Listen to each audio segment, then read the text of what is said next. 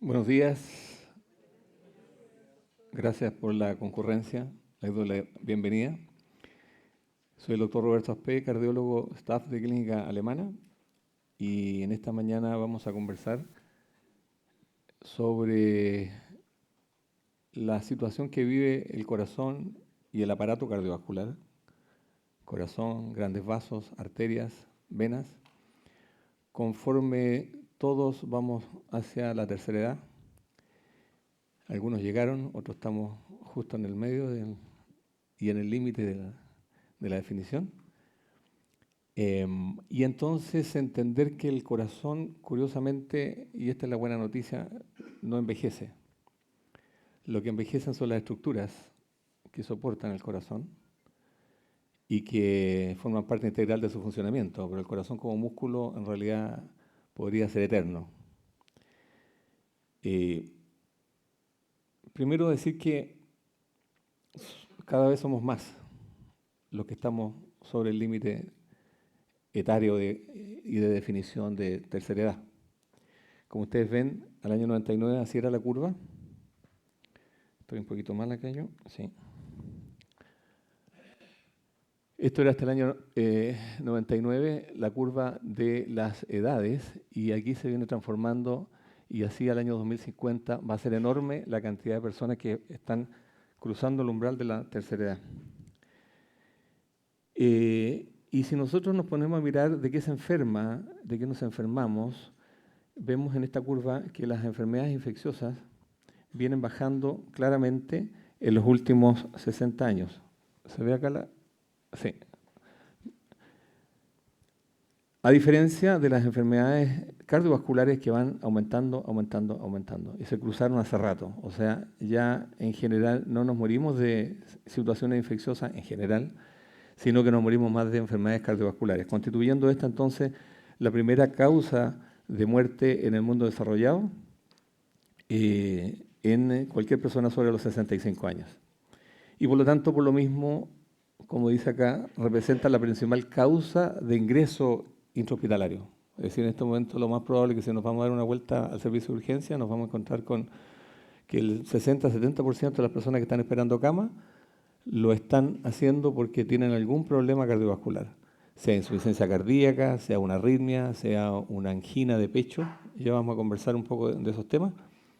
Y por lo tanto, nuestro servicio, por ejemplo, de cardiología aquí en Clínica Alemana, ha tenido un crecimiento exponencial en los últimos 15 a 20 años, más que duplicando el número de camas por la presión y por la necesidad de la población que se enferma en esta área. ¿Y qué tipos de enfermedades cardiovasculares son las que acostumbramos a atender? Aquí en la línea... soy malo para los colores, pero eso debe ser una especie de morado claro. La enfermedad coronaria, o sea, la enfermedad es la angina de pecho, el infarto, la enfermedad coronaria. Luego viene la enfermedad de cerebrovasculares, o sea, el equivalente del corazón, pero a nivel del cerebro. Nuevamente un asunto de cañerías rotas o cañerías ocluidas, que en vez de ir al corazón, son al cerebro. Y muy por debajo de estas, las enfermedades antiguas del corazón, como la enfermedad reumática, las enfermedades inflamatorias y la enfermedad hipertensiva. Entonces, un poco de fisiología cardiovascular, para que nos entendamos más adelante y tengamos cierta lógica de por qué nos enfermamos. Este es el corazón, naturalmente en un diagrama. Tenemos las aurículas de aquí, la aurícula derecha, la aurícula izquierda, el ventrículo derecho, el ventrículo izquierdo. La sangre fluye desde la circulación general a través del sistema venoso, llegando a las cavidades derechas, a través de la cava inferior y a través de la cava superior. Estas cavidades derechas entonces están constituidas por esta aurícula derecha. Aquí está la válvula tricúspide, que se abre solamente hacia un lado. Llega al ventrículo derecho la sangre, el ventrículo derecho la impulsa a través de la válvula pulmonar y la válvula pulmonar la distribuye hacia ambos lados, hacia ambos pulmones. ¿Ok? Esta sangre es desoxigenada y por eso aquí está graficada como azul. Las válvulas, como ustedes ven, están dirigidas en una sola dirección, son válvulas unidireccionales, de manera que una vez que pasa la sangre no debe volver hacia atrás. Aquí lo mismo. Una vez que la sangre va al pulmón, el pulmón oxigena la sangre y vuelve esta sangre a través de las venas pulmonares hacia la aurícula izquierda, rojita, cargada de oxígeno. Y desde la aurícula izquierda entonces pasa al ventrículo izquierdo, a través de la válvula mitral, nuevamente el mismo fenómeno, las válvulas vueltas en dirección hacia el ventrículo se contrae, la válvula se cierra y se abre la válvula aórtica, que es esta de acá, mandando la sangre hacia la arteria aorta, que es una gran arteria que viene aquí y baja hacia acá, y va distribuyendo sangre en todas las direcciones. Hacia el cerebro en primer lugar, luego hacia las extremidades superiores, y etcétera, riñones, intestinos, etcétera. De manera que la vuelta completa de la sangre es la zona venosa, que es enviada hacia el pulmón la reenvía la sangre hacia el lado izquierdo, sangre oxigenada, que es enviada a la circulación general para ir a entregar y distribuir a todos los órganos lo que necesitan en cuanto a oxígeno, energía, etc. Entonces,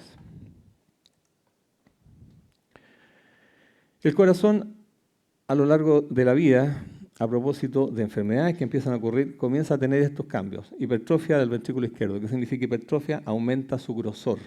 Y aumenta el grosor tanto por el número de miocitos, que son las células, así llamamos las células cardíacas, como por, dije el número, como por el volumen de las mismas. Aumenta el tamaño de la aurícula izquierda, se calcifica principalmente el anillo de la mitral y el anillo de la válvula aórtica y hay degeneraciones de las válvulas en general. Estos cambios, en general, ocurren más que por el envejecimiento del corazón, porque en general sobre los 40 años a todos nos comienza a aumentar la presión arterial. Algunos dentro de cierto rango fisiológico y los no pocos en un rango francamente patológico, es decir, nos hacemos hipertensos. Vamos a ver más adelante en qué consiste la hipertensión.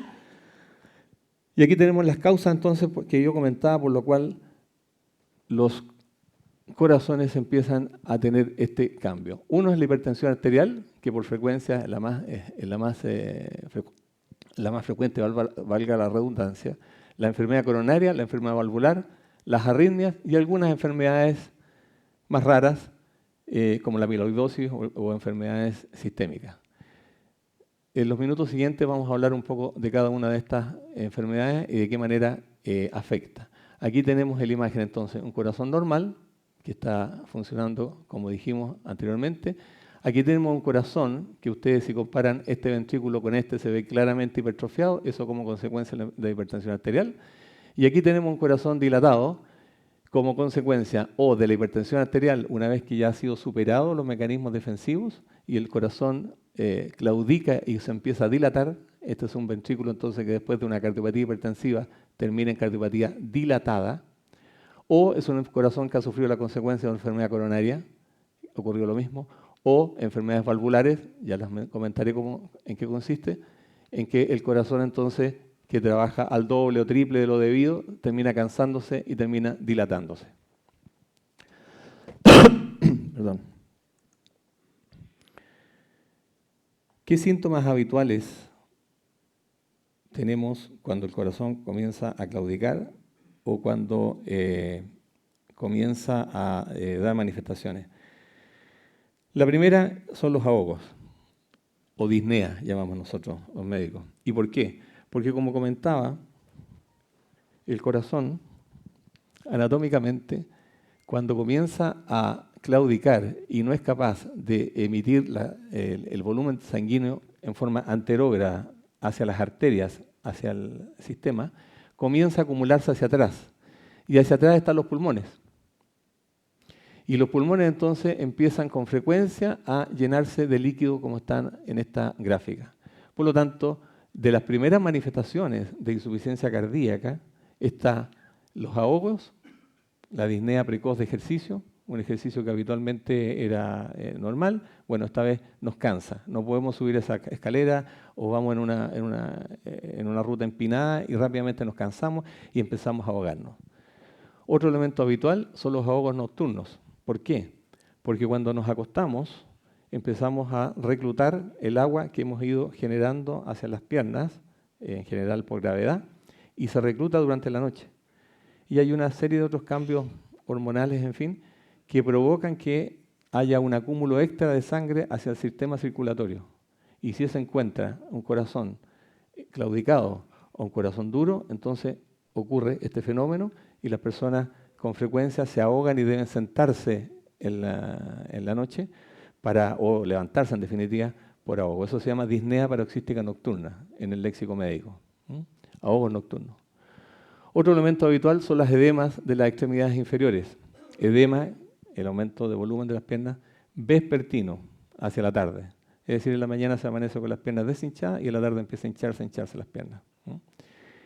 En medicina nada es categórico, nada pertenece a una sola enfermedad. Por eso la medicina no es fácil. Por lo tanto, no empiezan a asustarse. Algunos de ustedes puede que se le hinchen las piernas por otros motivos. Por estar mucho rato sentado, por tener algún grado de insuficiencia venosa, en fin. Pero estos son los elementos que uno tiene en cuenta al momento de hacer el diagnóstico de insuficiencia cardíaca. Si sumamos una y otra, entonces nos vamos arrimando al diagnóstico de insuficiencia cardíaca. Otro elemento habitual es el aumento de la frecuencia de micción urinaria nocturna, un poco por el mismo mecanismo. En la medida que recluta entonces agua hacia el sistema cardiovascular, o claudica el ventrículo o los riñones entran en funcionamiento y empiezan a producir orina. Por eso es que hay más necesidad de levantarse a orinar durante la noche en el fenómeno de la insuficiencia cardíaca. La hipertensión arterial. ¿Qué es la hipertensión arterial? Bueno, es el aumento de la presión dentro de estas cañerías, del lado arterial. Las arterias son las que llevan la sangre desde el corazón, las venas son las que traen la sangre desde la periferia. Entonces estamos hablando de las arterias en este momento. La presión es la fuerza que ejerce la sangre sobre la pared de las arterias. Ustedes ven que durante el curso de la vida, lo dije al principio, sobre los 40 años a todos nos empieza a subir la presión arterial, tanto la sistólica como la diastólica. El punto de quiebre para los números normales, número mágico 120, 80 o menos, ¿no? Ustedes siempre saben que la presión arterial tiene dos números. ¿Por qué? Porque el corazón es una bomba que tira la sangre de manera cíclica. Entonces genera una onda de pulso, La parte de arriba del pulso es la presión sistólica, la parte de abajo del pulso, justo antes del siguiente latido, es el diástole. Esos son los dos números que normalmente nos entrega el sistema. Entonces, la presión sistólica, el número mágico 120-80, de ahí hacia abajo es normal, de ahí hacia arriba es anormal.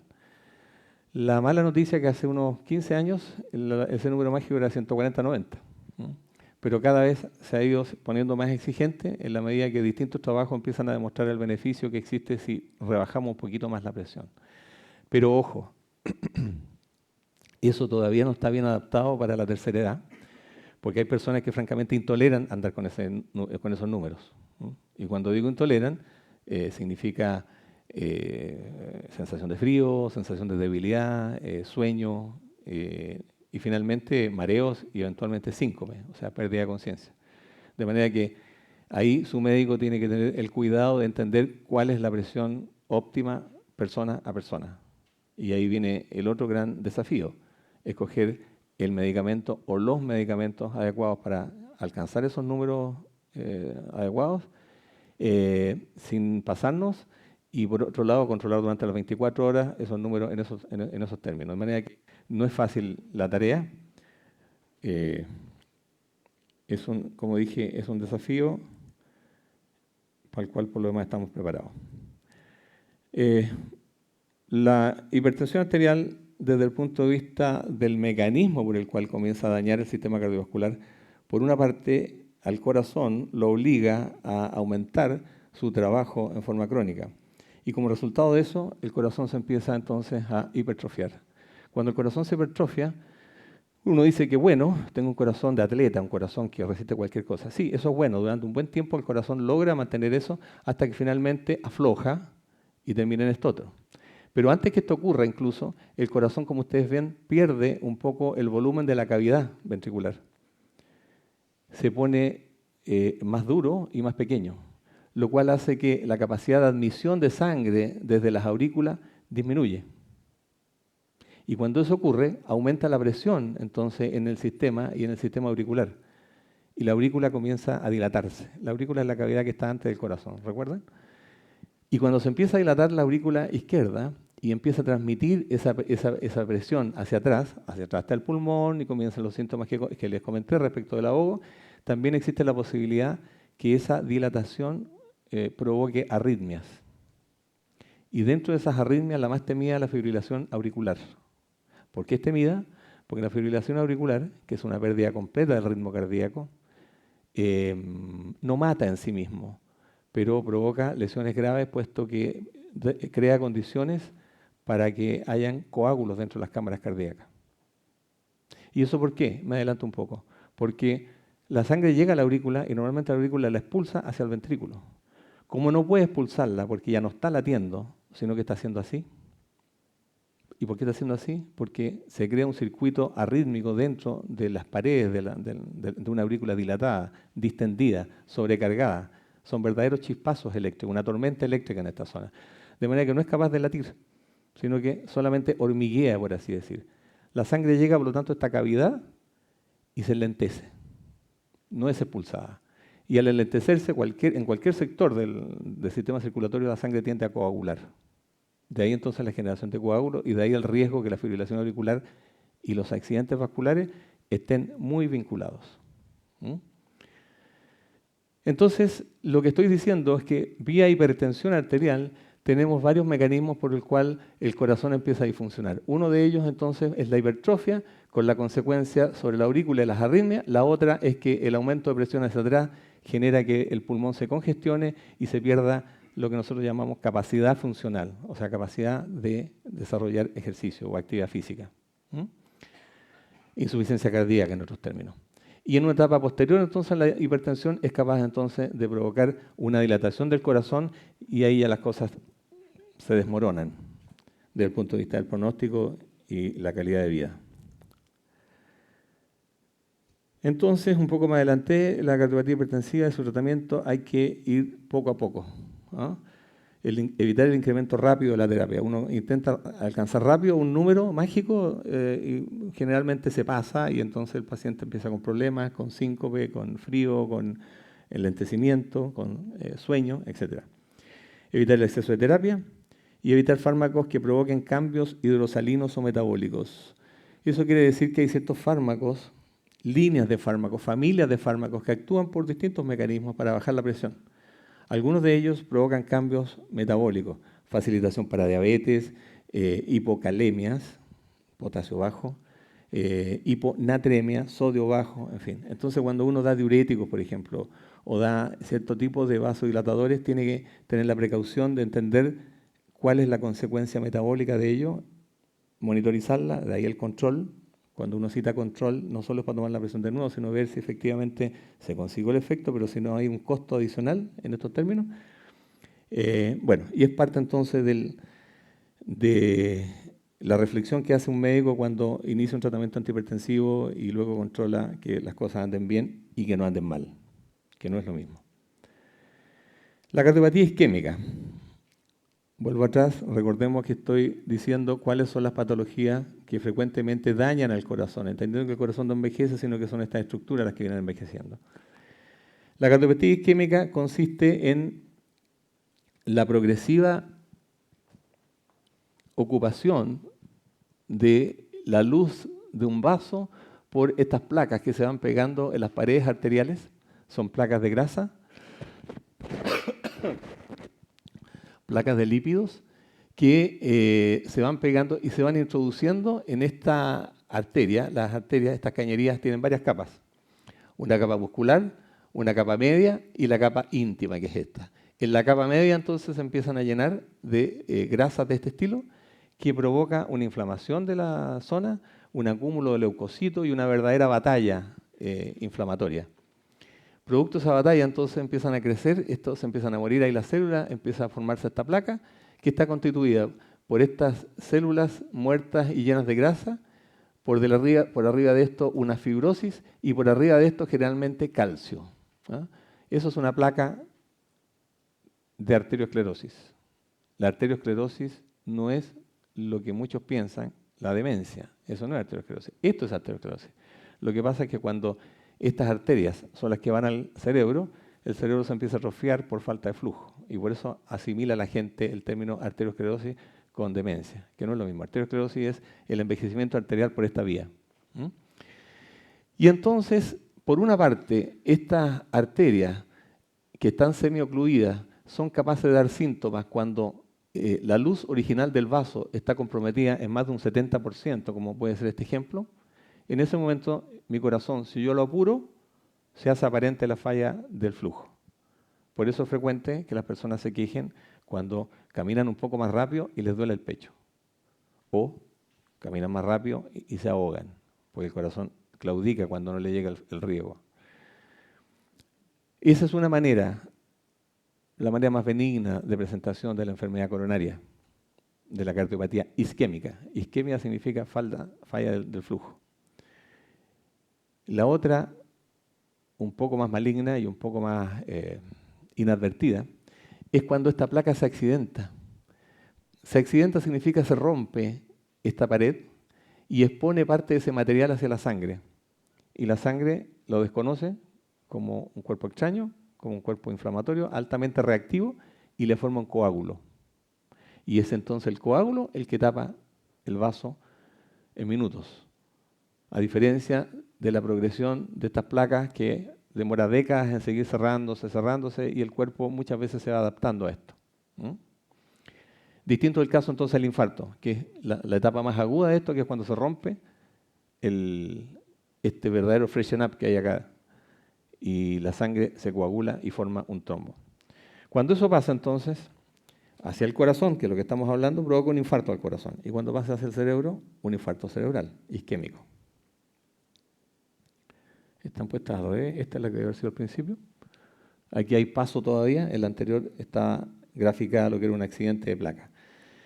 Y entonces cuando uno de los vasos coronarios se tapa, ocurre esto, que se muere y se necrosa una parte del corazón. ¿Ah? Las arterias coronarias son tres las principales. La descendente anterior, la circunfleja que da la vuelta al corazón y la coronaria derecha que da la vuelta por el otro lado. La más importante de todas es la descendente anterior porque riega más cantidad de corazón. 70% del corazón está regado por la arteria descendente anterior y lo otro se lo reparten las otras arterias. Cuando eso pasa entonces tenemos muy poco tiempo para abrir ese vaso y que no queden secuelas. Lo habitual es que el vaso si se queda cerrado, mate una parte del corazón y las consecuencias son un corazón que empieza a debilitarse progresivamente por la falta de esa pared que se murió, la aparición de arritmias en relación a esa pared, la aparición de coágulos dentro de la cámara cardíaca, también vinculado a la zona y en un caso más dramático, la ruptura de la pared que se necrosó. Aprovecho la imagen para mostrarles lo que es un bypass coronario. Cuando uno, mediante una coronariografía, detecta estas placas en uno, en otro o en más de 3 vasos, lo habitual es que uno indique un bypass coronario, que es poner un puente venoso desde la aorta misma hasta la coronaria, salvando la lesión, o sacando esta que es la arteria mamaria interna, que es una arteria hecha y derecha, que se saca de su inserción original y se viene a poner generalmente en la arteria descendente anterior, tratando de proteger el territorio más importante del corazón. Esta es una cirugía de revascularización coronaria. Y esto es lo que hacemos hoy día con más frecuencia, que es la apertura de estas lesiones coronarias mediante un stent. Aquí tenemos en la placa la lesión, aquí tenemos un balón que va cubierto con un stent por fuera. Esta es una guía que traspasa la lesión. Uno llega desde las arterias de las venas o desde la femoral, desde las piernas, traspasa esta lesión e infla el balón en la lesión misma, tritura esa lesión contra las paredes y deja puesto entonces esta mallita para que no vuelva a colapsarse el vaso. Eso se llama una revascularización endovascular vía stent, que es probablemente el procedimiento más frecuentemente recurrido y de alto éxito. Se puede hacer en 1, 2, 3 vasos, en fin, y se pueden poner muchos stent.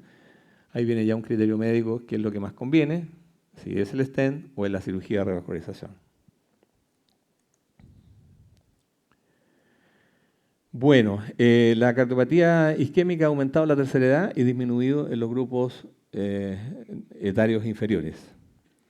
El pronóstico de un infarto está determinado por la extensión del infarto, está determinado por la ocurrencia de insuficiencia cardíaca post-infarto y por la severidad de las arritmias que pueden ocurrir después del infarto.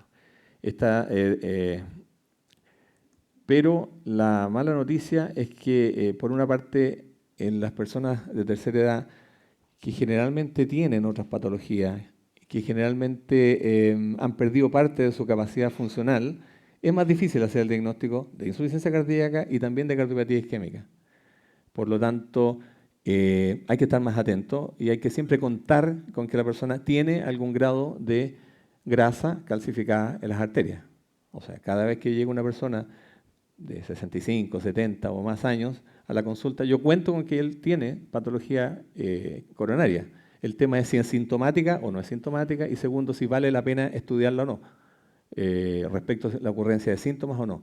Pero es parte del envejecimiento, es casi como tener canas, por lo tanto, no es para asustarse. Muchas personas llegan, por ejemplo, a propósito de otras enfermedades, hacen un escáner torácico, hoy día los escáneres son muy sensibles, y detectan calcio en las coronarias. Y llegan entonces a consultar por eso. Me encontraron esto, doctor. ¿Estoy por infartarme? No. El calcio en las coronarias, después de cierta edad, es como tener canas. Y por lo tanto, lo importante allí es entender si esa persona pertenece al subgrupo de riesgo, que aparte del calcio en las arterias, va rápidamente progresando hacia una ateromatosis de las coronarias agresiva. Y ahí entonces entramos a lo que son los factores de riesgo cardiovascular que vamos a conversar un poco más adelante.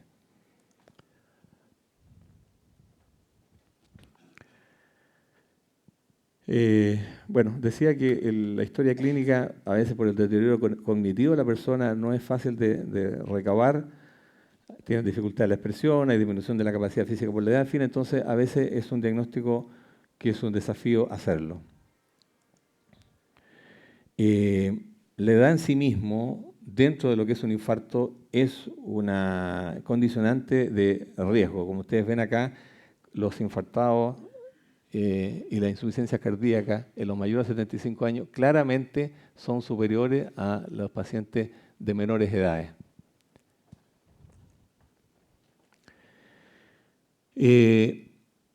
Decía que cuando la luz del vaso estaba ocluida más de un 75% de la luz original del vaso, había problemas de gasto, había problemas de flujo a través de ese vaso.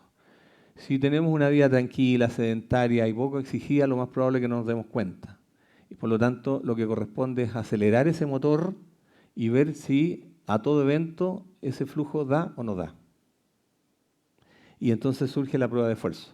La prueba de esfuerzo es eso, un test de provocación de isquemia.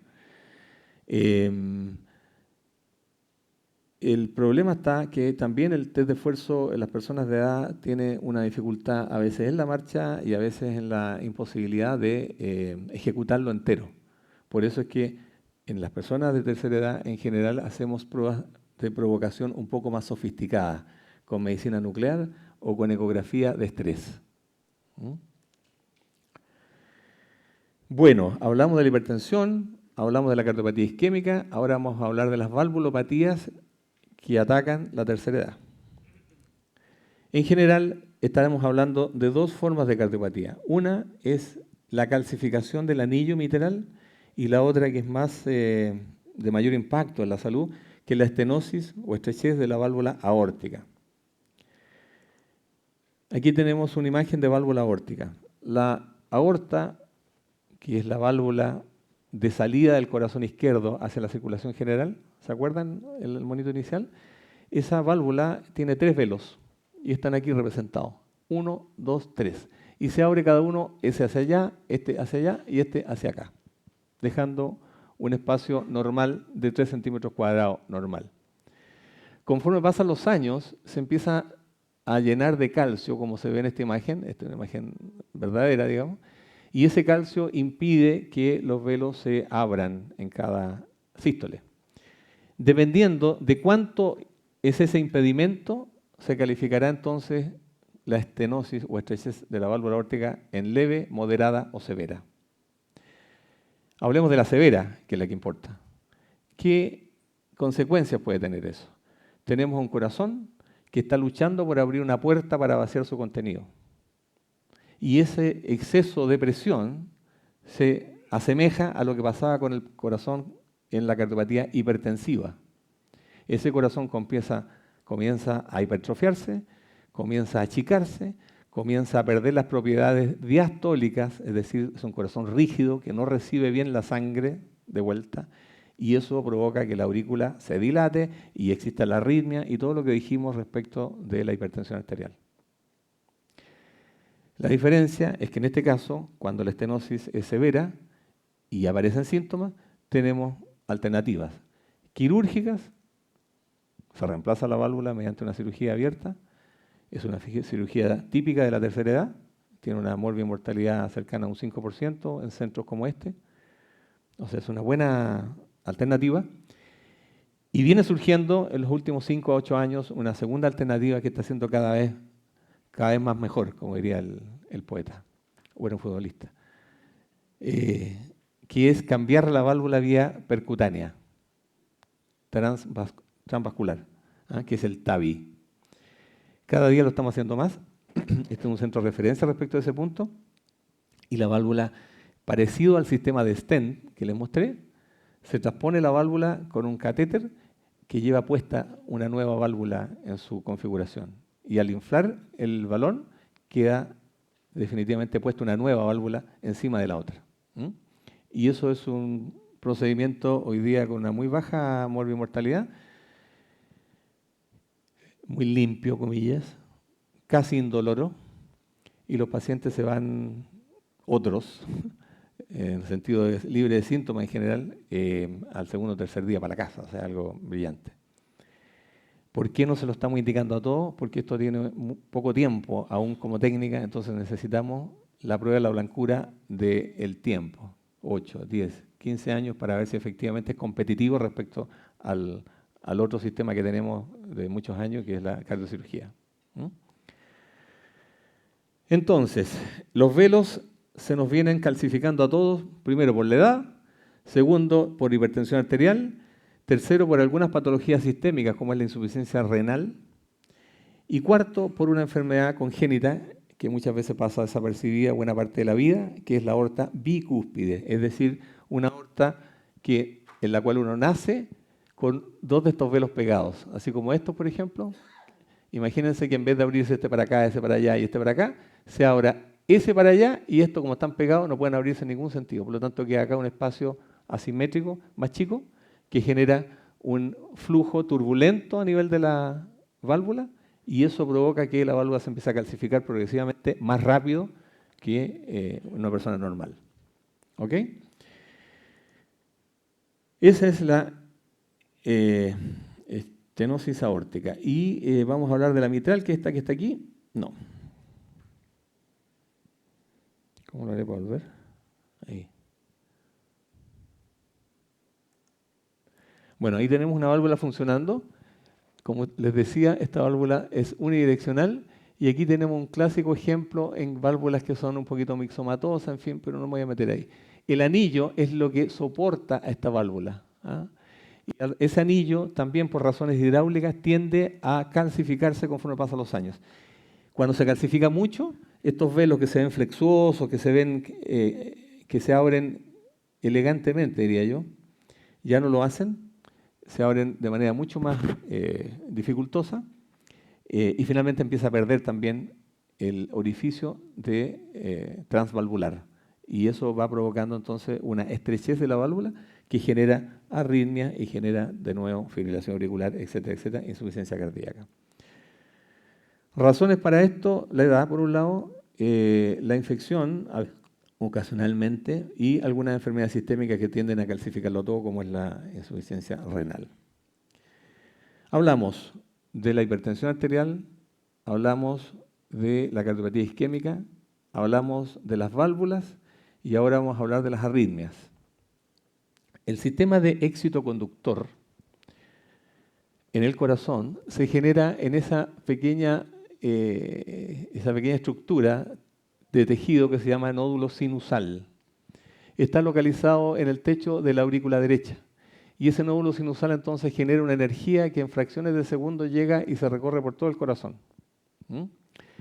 Es sistemática, es regular y está a su vez es autónoma. Yo puedo sacar el corazón y sigue latiendo durante algún tiempo, pero además está bajo el influjo del sistema nervioso autónomo que le está diciendo al corazón apúrate o no te apures tanto dependiendo de la demanda de energía del organismo, según si estemos en reposo, según si estemos en ejercicio o si estemos inflamados, etc. Entonces por eso este nodo que tiene un latido propio también está recibiendo órdenes del jefe más arriba que es el cerebro. Como ustedes ven, en este sistema ese nódulo está metido en la pared de la aurícula. Por lo tanto, todas las condiciones de alteraciones hidráulicas que suelen ocurrir acá por las patologías que les comenté, o sea, tejido que comienza a ser distendido, que empieza a sufrir por las consecuencias de la hipertensión o de una válvula que no se abre o de una válvula insuficiente que empieza a dilatar el corazón, etc., también dilata esta zona y empieza a ser disfuncional el sistema éxito-conductor. Y puede disfuncionar por varios mecanismos. Uno de ellos lo mencioné, que era el tema de la fibrilación auricular. Le expliqué que esa era una verdadera tormenta eléctrica a este nivel y que provocaba consecuencias que dejaban vulnerables a hacer coágulos de las cámaras cardíacas. Pero también ocurre con la edad que este sistema empieza a envejecer y se empieza a, comillas, si me lo permiten, a polillar. Y por lo tanto, nos empezamos a dar cuenta por los electrocardiogramas que la velocidad de conducción entre este punto y este punto, o este punto y este punto, empieza a alargarse, o sea, empieza a conducir más lento. ¿Ah? Y eso uno lo va viendo en los electrocardiogramas. La consecuencia última de esto es que a veces falla el nodo, a veces se provoca un bloqueo entre este punto y este punto, se llama bloqueo aurículo-ventricular, o bloqueo de las ramas de His que se llaman, derecha o izquierda, que cuando se bloquean completamente aquí o acá, en fin, la persona necesita un marcapasos.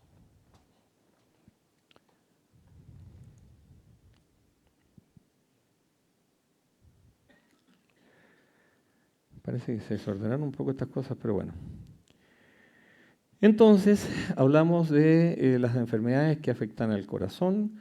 Como ustedes ven, vuelvo a lo mismo, la mayor parte son enfermedades no del músculo cardíaco, sino que enfermedades anexas que empiezan a afectar al músculo cardíaco en forma secundaria. Y algunas palabras para decirles que también, así como las arterias medianas, como es las arterias coronarias o las arterias que riegan el cerebro, las carótidas, también las arterias grandes pueden sufrir, a propósito de la hipertensión y a propósito del colesterol, diabetes y otras cosas, las consecuencias de la hipertensión o de la arteriosclerosis. Y aquí tenemos una arteria aorta. ¿Se acuerdan que la aorta les decía que era una arteria que salía del corazón, recorría hacia abajo, hacia las extremidades inferiores, repartiendo cañerías por todos lados para lo que es la circulación? Bueno, aquí tenemos el ejemplo de cuando se dilata la aorta con un aneurisma que puede ser aneurisma torácico, en este caso y ejemplo es un aneurisma abdominal. Este tipo de aneurismas aórticos tienen el riesgo de romperse pasado cierto nivel de dilatación. Parecido a lo que ocurre con un globo cuando lo inflamos, la primera parte del globo cuesta inflarlo, pero la última parte el globo se infla solito. Lo mismo le pasa a las paredes de la aorta, que pasado cierto límite, estadísticamente hablando, el sistema corre riesgo de romperse. Y para ello, la buena noticia es que la cirugía también está abandonando un poco la reparación de esto y se está haciendo vía transcatéter, como el ejemplo acá, en que se pone un gran stent bifemoral que transpone esta lesión y queda puesta una nueva cañería nuevita de paquete, limpiecita, un poco carita, hay que decirlo.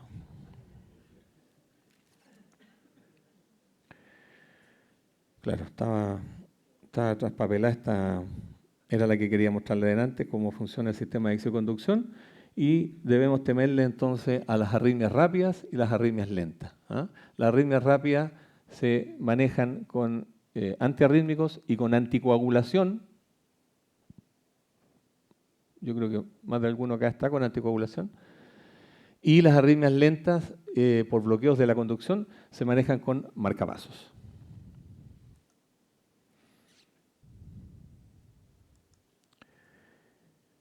Entonces, en dos palabras a propósito de la enfermedad teromatosa de las extremidades inferiores o sistémica, entender que también las piernas pueden sufrir la consecuencia de la teromatosis y por lo tanto comenzar a dar problemas de isquemia y de claudicación. Clásicamente es la persona que cuando camina algún tramo le duelen las piernas. Descansa y las piernas inmediatamente se relajan y cede el dolor. Vuelve a caminar, lo mismo. Es como una angina, pero de las piernas. Esa es la isquemia crónica. Hay fenómenos de isquemia aguda que ocurre cuando a nivel del corazón se crea un coágulo, ese coágulo pasa a la cámara ventricular y el ventrículo la lanza circular a cualquier parte.